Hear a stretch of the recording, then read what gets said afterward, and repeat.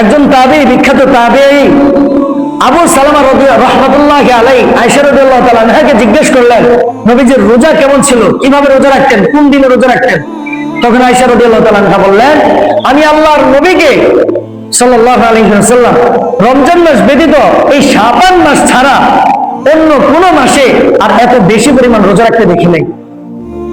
তিনি আধিক্যতা বোঝানোর জন্য বলেছেন, কানা ইয়াসুমু শাবানা ইল্লা কলিলা, শাবানের কিছুদিন ব্যতীত পুরো মাসে তিনি রোজা রাখতেন। সুবহানাল্লাহ। আমাদের উচিত শুধু 13, 14, 15 এই 3 দিন রোজা রাখবো তা না। 13, 14, 15 এই 3 দিন ইনশাআল্লাহ আমরা রোজা রাখার চেষ্টা করবো সর্বোচ্চ। একেবারে না পারলে 15 তারিখ, আর যদি পারি কেউ এখন থেকে ফাঁকে ফাঁকে যে কোনো দিন আমরা রোজা রাখা শুরু করে দিই। পুরা শাবান মাসটা আল্লাহ নবী সাল্লাল্লাহু আলাইহি ওয়াসাল্লাম 2-1 দিন ব্যতীত পুরা শাবান মাসটা আল্লাহ নবী রোজা রেখে কাটাই দিতেন। এই জন্য এটা কেন? 1 নম্বরে রোজার প্রস্তুতি। রমজান আসার পরে হঠাৎ করে রোজা রাখলে দেহের মধ্যে একটা হঠাৎ পরিবর্তনের কারণে কষ্টসাধ্য হইতে পারে। এই জন্য আল্লাহ নবী সাল্লাল্লাহু আলাইহি ওয়াসাল্লাম রমজানের পূর্ব প্রস্তুতি হিসেবে এই শাবান মাসে বেশি বেশি রোজা রাখতেন। আর রজব মাস আসার পরে আপনাদেরকে একটা দোয়া শিখাইছিলাম, ওইটা করে আমি শোনাইছিলাম যে আল্লাহ নবী সাল্লাল্লাহু আলাইহি ওয়াসাল্লাম যখন রজব মাস আসতো তখন থেকে একটা দোয়া করতো। বিশেষ করে এই শাবান মাসে এই দোয়াটার আরো বেশি গুরুত্ব করবেন, গুরুত্ব দিয়ে এই দোয়াটা বেশি বেশি পড়বেন। দোয়াটা হচ্ছে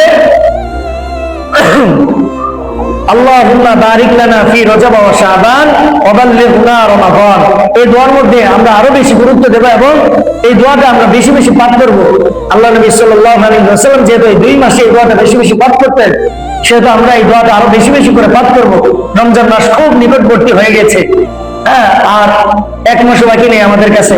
তো এই সময়টা যেন আল্লাহ তাআলা আমাদেরকে বরকত দান করেন এবং আমাদের হায়াতে বরকত দিয়ে আমাদের হায়াতটাকে লম্বা করে তিনি যেন রমজান পর্যন্ত পৌঁছান, এই জন্য আল্লাহর কাছে চাইতে হবে। আমরা সকলে পারবো তো ইনশাআল্লাহ? বিশেষ করে আমিও ইনশাআল্লাহ চেষ্টা করবো এখন থেকে মাঝে মাঝে 2-1 করে রোজা রাখার জন্য। আপনারা পারবেন তো ইনশাআল্লাহ? ইনশাআল্লাহ আল্লাহ তাআলা সকলকে তৌফিক দান করেন। আমরা যেন রমজানের এই পূর্বের মাসটা রোজা রেখে রেখে রমজানের প্রস্তুতি নিতে পারি, আল্লাহর নৈকট্য হাসিল করতে পারি। বিশেষ করে হাদিসে আল্লাহর নবী যে সমস্ত ফাজাইল বর্ণনা করেছেন, যেগুলো আপনাদের সামনে তুলে ধরলাম, এগুলোর উপর যেন আমরা আমল করতে পারি। আল্লাহ তাআলা যেন আমাদেরকে তৌফিক দান করেন। সকলে বলে আমিন। ওয়া আখিরু দাওয়ানা আলহামদুলিল্লাহি রাব্বিল আলামিন।